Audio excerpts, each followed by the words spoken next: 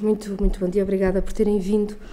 O Bloco de Esquerda, nas últimas semanas, tem realizado uma série de visitas a empresas, de reuniões com sindicatos e empresários.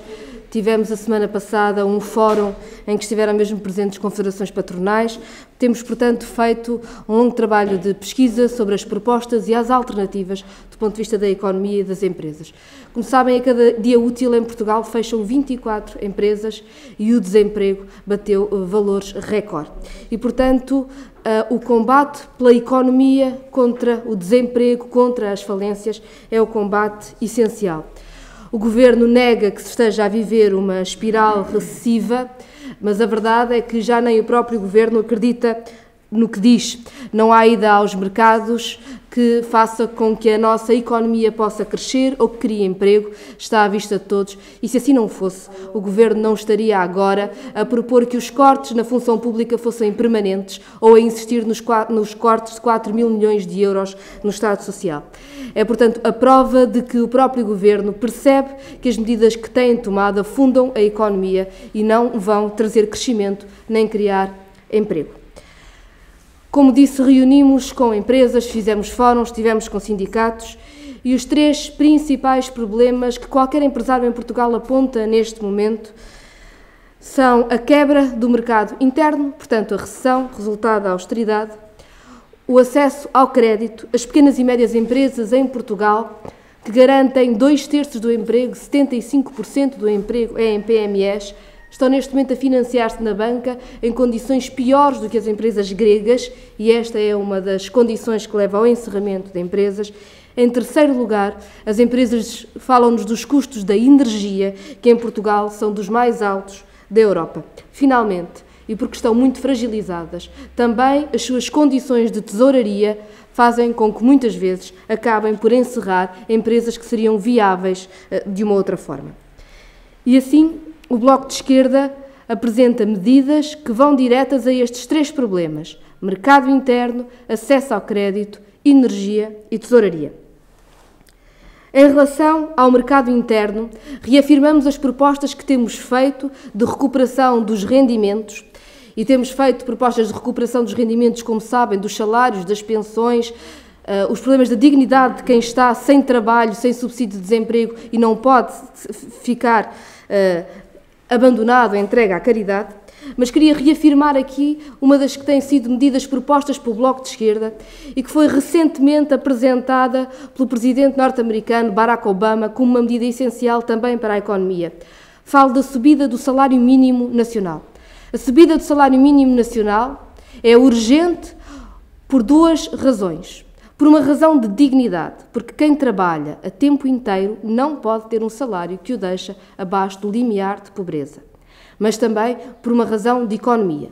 Aumentar os rendimentos de quem menos ganha é uma garantia de aumento da procura interna, portanto, dinamização do mercado interno, contraria a recessão e é, portanto, uma medida essencial para a revitalização da nossa economia.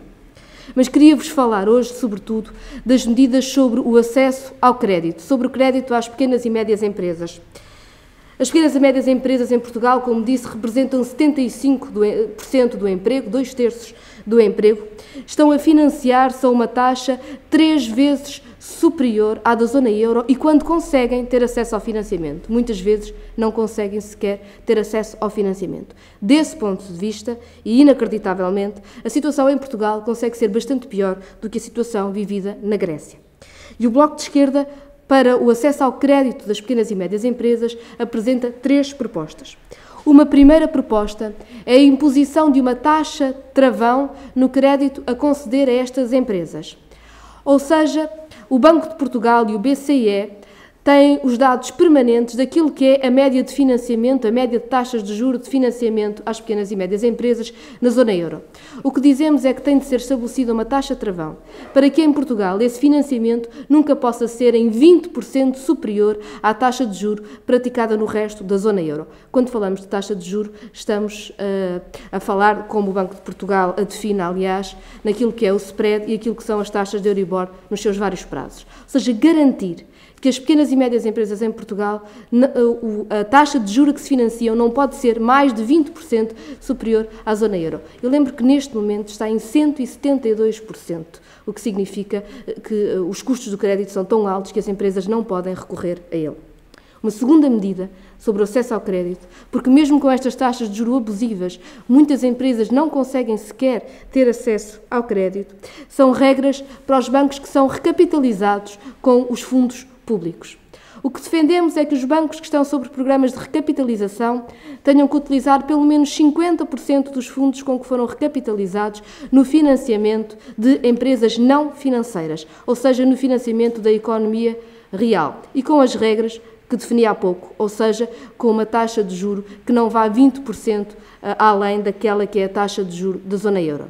Finalmente, e uma terceira medida para o acesso ao crédito é que sejam canalizados para a Caixa Geral de Depósitos aquilo que é o remanescente dos fundos de recapitalização para a banca, são mais de 6 mil milhões de euros, que devem ser canalizados para a Caixa Geral de Depósitos, para a Caixa Geral de Depósitos financiar as empresas não financeiras, as PMEs, com esses fundos. O Governo vem há meses falando da necessidade de um banco de fomento. Entendamos-nos, nós temos um banco público que deve ser o primeiro instrumento de financiamento da economia.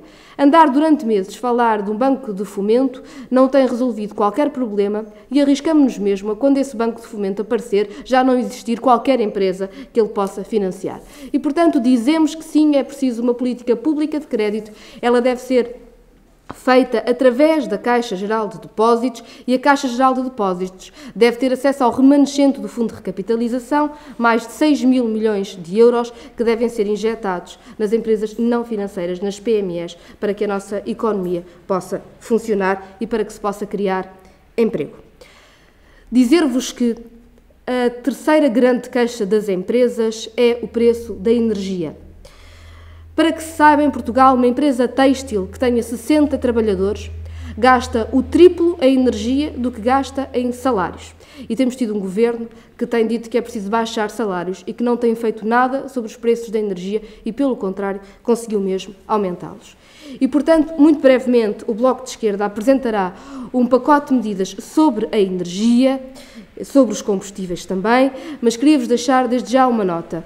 Vamos propor que o IVA da energia baixe novamente para a taxa mínima.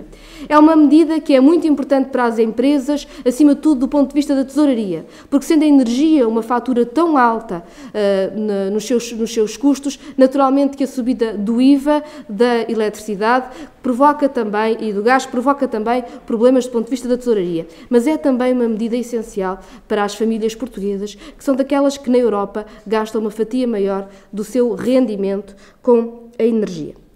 Os problemas da tesouraria, como disse, são muito graves neste momento em Portugal, porque numa altura de fragilização, numa altura em que os custos do crédito são tão altos, numa altura de recessão, temos a situação criminosa de empresas viáveis a encerrarem por problemas de tesouraria. É por isso necessário que o IVA da eletricidade volte aos 6%, mas é também preciso que medidas que o Governo prometeu, mas que não executou ou que são muito tímidas, possam realmente acontecer. E uma delas é o IVA de caixa.